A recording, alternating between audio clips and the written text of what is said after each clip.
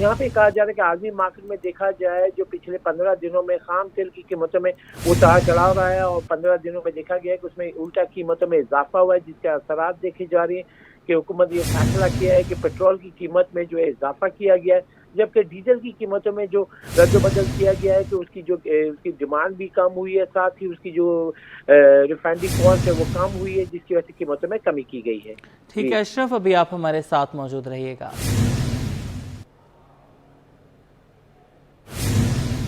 نومبر 2023 میں ٹیکس وصولی 736 ارب روپے رہی۔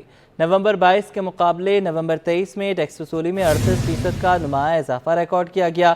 رواں مالی سال 5 ماہ میں 3484 ارب روپے ٹیکس اکٹھا کیا گیا۔ بات کریں گے اشرف خان سے، اس پہ بھی اپڈیٹ کیجیے گا۔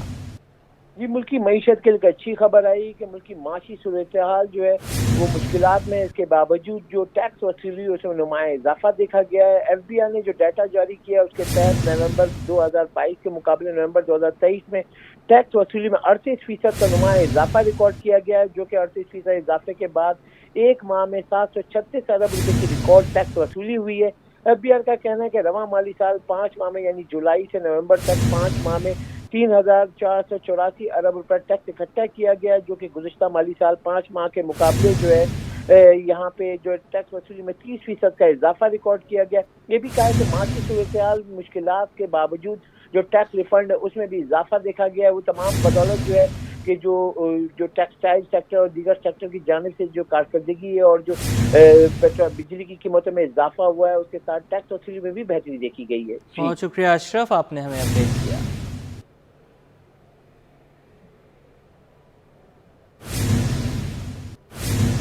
خالد مقبول صدیقی کا کورنگی ٹاؤن آفس کا دورہ۔ 26 نومبر کے کامیاب جلسے پر کارکنان اور ذمہ داران کو مبارکباد دی۔ کنوینر ایم کیو ایم کی جانب سے کارکنان کو عام انتخابات کی تیاریوں کی بھی ہدایات دی گئی۔ بات کریں گے شعیب مختار سے، اپڈیٹ کیجیے گا۔ اور جی بالکل، ایم کیو ایم پاکستان کی کنوینر ڈاکٹر خالد مقبول صدیقی نے اب سے کچھ دیر قبل جو ہے کورنگی ٹاؤن آفس کا دورہ کیا ہے۔ خالد مقبول صدیقی نے وہاں پر موجود کارکنوں سے ملاقات کی ہے اور 26 نومبر کے کامیاب جلسے پر جو ہے تمام کارکنان کو جو ہے مبارکباد دی ہے۔ خالد مقبول صدیقی کی جانب سے تمام کارکنان کو عام انتخابات کی تیاریوں کی بھی ہدایات جو ہے وہ دی گئی ہیں۔ اس موقع پر خالد مقبول صدیقی کا کہنا تھا کہ ایم کیو ایم پاکستان عام انتخابات میں اپنی تمام روایتی نشستوں پر جو ہے کامیابی حاصل کرے گی۔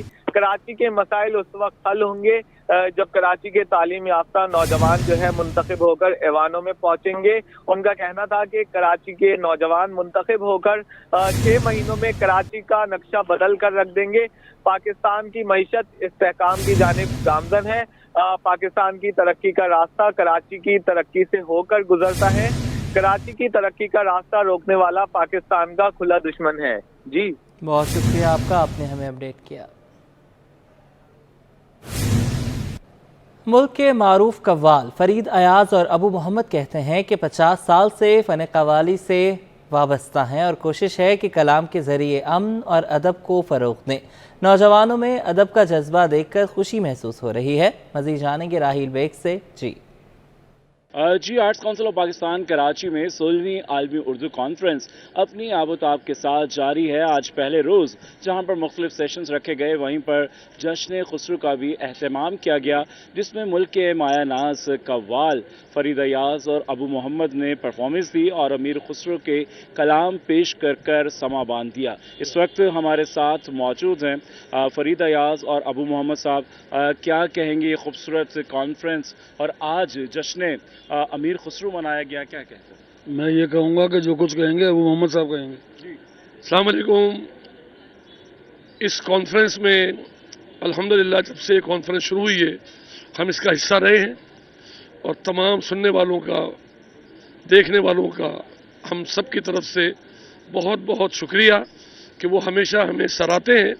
اور آج اس حضرت خسرو کی محفل میں ہم نے فرید صاحب نے شروع کے اندر چند کلمات قوالی جو وجود میں آئی اس کے کچھ باتیں پیش کی، کچھ کلام حضرت خسرو کے پیش کیے گئے، بابا بلے شاہ رحمۃ اللہ علیہ، اور مقصد سبوں کا پیغام تو ایک ہی ہے، اور آخر میں ہم نے رنگ پہ اختتام کیا، لوگوں نے اس کو بہت سراہا۔ اور میں یہ عرض کروں گا کہ میں گزشتہ 50 سال سے 55 سال سے جو اپنے بچوں کو ایجوکیٹ کر رہا ہوں، اپنے سننے والوں نئے سامعین کو، نئی نسل کو، الحمدللہ میں بہت خوش ہوں کہ میرے بچے جو ہے سننے والے بھی تیار ہو گئے ہیں. بہت شکریہ. اور اتنے بڑے فیسٹیول میں الحمدللہ جہاں پر تمام چیزیں قوالی کو، موسیقی کو سرائے جانا بڑی اہمیت کی بات ہے.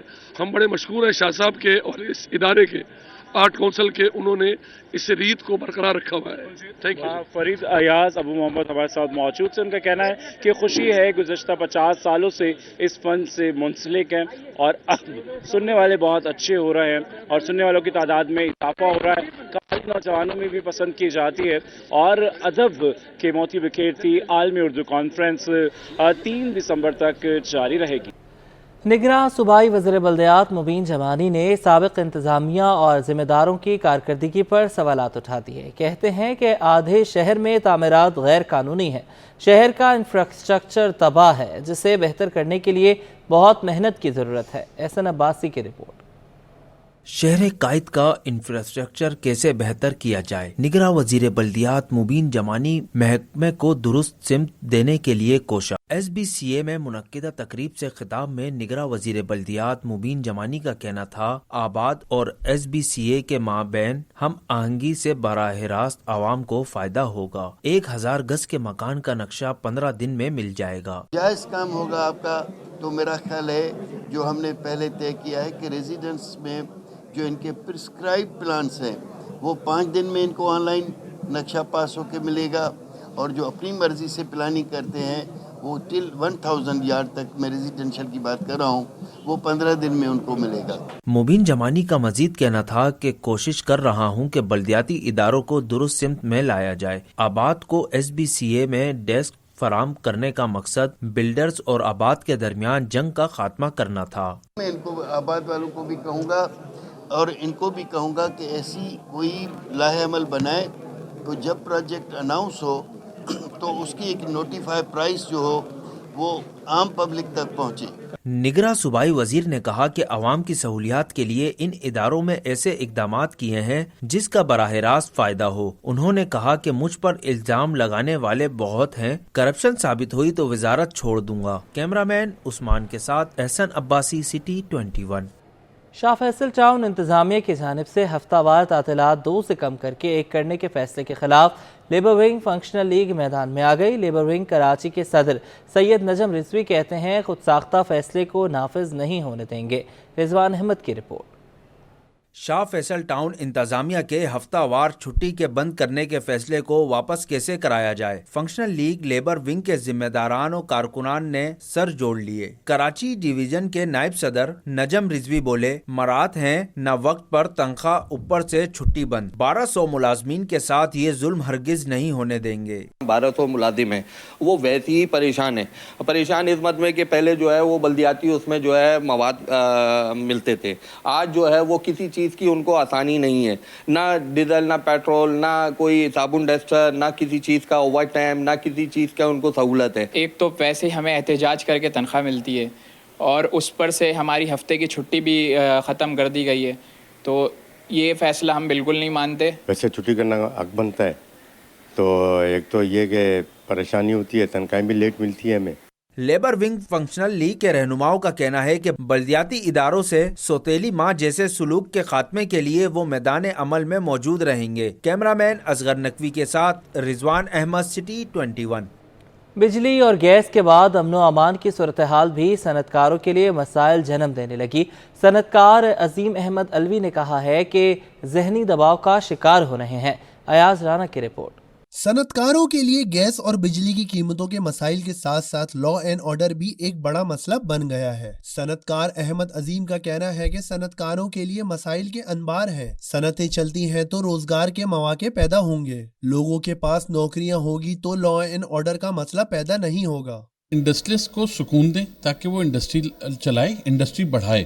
جب انڈسٹری بڑھے گی تو جابز کریٹ ہوں گی، جب جابز کریٹ نہیں ہوں گی تو یہ لا اینڈ آرڈر کا مسئلہ آئے گا ہی آئے گا. ٹھیک ہے نا. یہ آپ نے بجلی گیس کا ذکر کیا, آپ اس میں ساتھ پانی کو بھی ڈالیں. روز صبح اگر کوئی آدمی اٹھے, کوئی بزنس مین اٹھے, اس کے پاس ٹینشن بھرے فون آ رہے ہوں, وہ اپنی انڈسٹری رن کرے گا جو موجودہ اس کو بچانے کی کوشش کرے گا. اس کی وجہ سے جاب کریشن ختم ہو گئی, اس کی وجہ سے نئی انڈسٹری لگنا بند ہو گئی. کراچی کے صنعت کار کی پریشانی کو دیکھ کر بیرون ملک سے بھی سرمایہ کاری نہیں ہو رہی ہے. ہم فورن ڈائریکٹ انویسٹمنٹس کی بات کرتے ہیں, کہاں سے آئے گا؟ یہاں کا اپنا انڈسٹریز بھاگ رہا ہے, ٹھیک ہے, اس کو کوئی توجہ دینے کو تیار نہیں, اس کو کوئی آگے بڑھ کے اس کے کوئی مسئلے مسائل سننے کو تیار نہیں. صنعت کاروں نے مطالبہ کیا کہ صنعتوں کے مسائل جلد حل کریں تاکہ سرمایہ بیرون ملک منتقل کرنے کا سلسلہ رک جائے. کیمرامین قیوم شیخ کے ساتھ ایاز رانا, سٹی 21. سعودی عرب کی پاکستان کے ساتھ $3 ارب کے ڈپازٹ کی مدت میں 1 سال کی توسیع. روپے کے قدر میں بہتری آ گئی. انٹر بینک میں ڈالر 22 پیسے اور اوپن مارکیٹ میں 50 پیسے سستا ہو گیا. ماہرین کہتے ہیں کہ سعودی عرب کا پاکستان کی معیشت کو استحکام دینے کے لیے بڑا فیصلہ ہے. اس وجہ سے روپے کے قدر میں بہتری ہوئی ہے. اسٹیٹ بینک رپورٹ کے مطابق انٹر بینک میں امریکی ڈالر 22 پیسے سستا ہوا. انٹر بینک میں ڈالر 285 روپے 39 پیسے سے کم ہو کر 285 روپے 17 پیسے پر بند ہوا.